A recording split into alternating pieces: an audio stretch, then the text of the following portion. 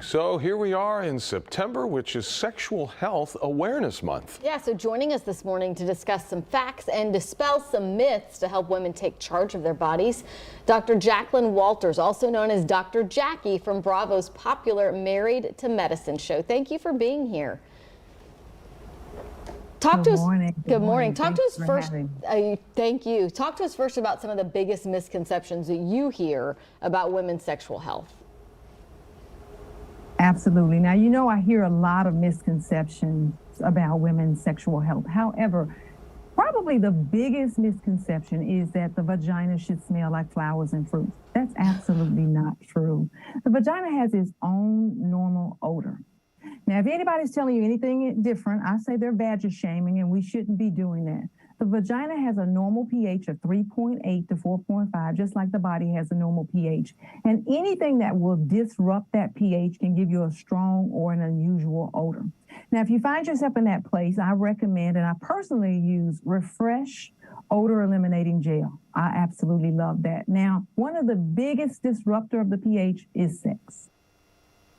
So what other misconceptions, and maybe I shouldn't even be in the middle of this asking this. Sure. Okay, I'm here to learn too, Dr. Jackie. What other misconceptions are out there that you hear from women? Yeah, and I think the men need to know too. Now, one of the other biggest misconceptions is that the vagina is unclean.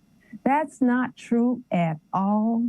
The vagina has its own self-cleaning mechanism, just like a self-cleaning oven. I mean, you can certainly definitely clean the vagina, warm water, your hand or a cloth.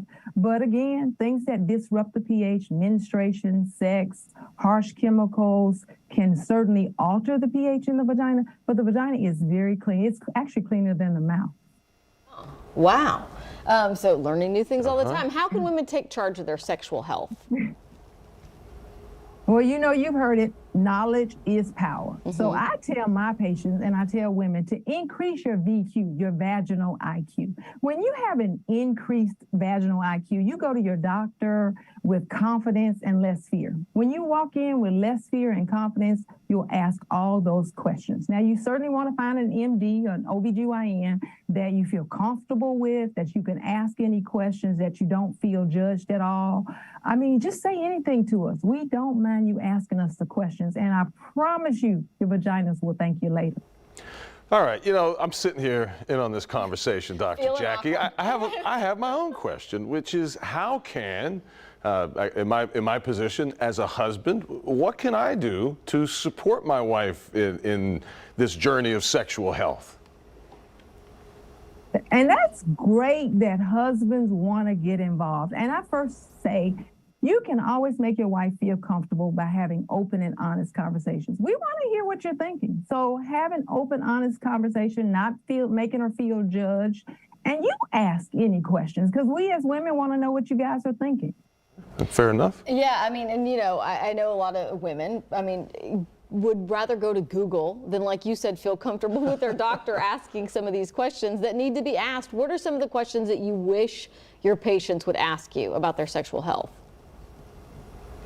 So, Amy, I tell my patients, I'm the Olivia Pope of vagina. If it's in trouble, you need to call me.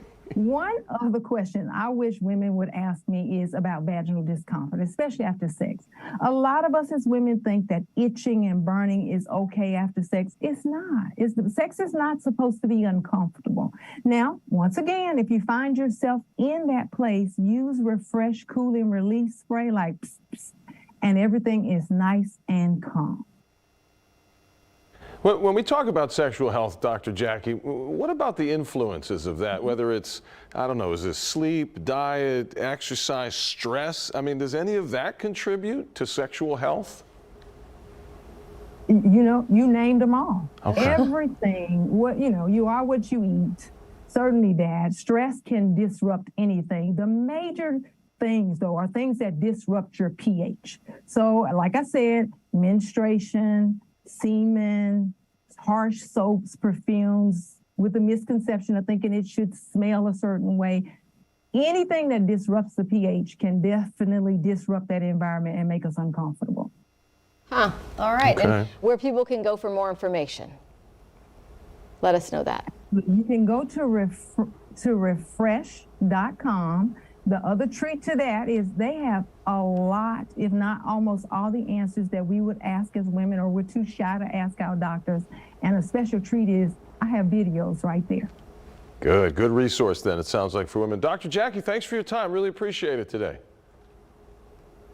Thank you.